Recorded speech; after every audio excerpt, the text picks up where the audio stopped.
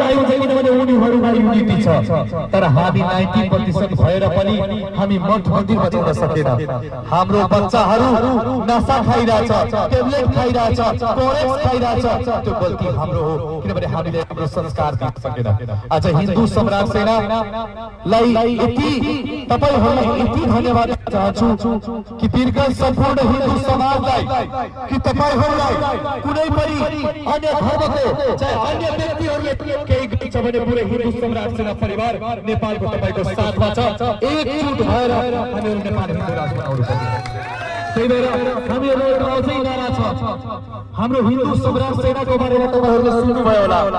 हाम्रो उद्देश्यमा आउँछ धर्म परिवर्तन रोक्न। धर्म परिवर्तन इसाई मिशनरीहरु धेरै बढिसकेको छ। 2 दिन पहिला सिंहामा हामीहरुले 11 जना इसाई मिशनरीहरुलाई कुटेर पठाए। मलाई पत्रकारले सोध्यो कि तपाई किन कुट्नु भयो?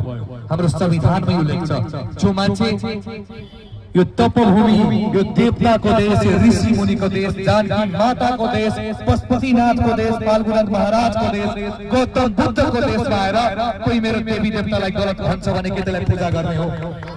धर्म परिवर्तन गर्ने मान्छेहरुलाई हामी कुट्छौं।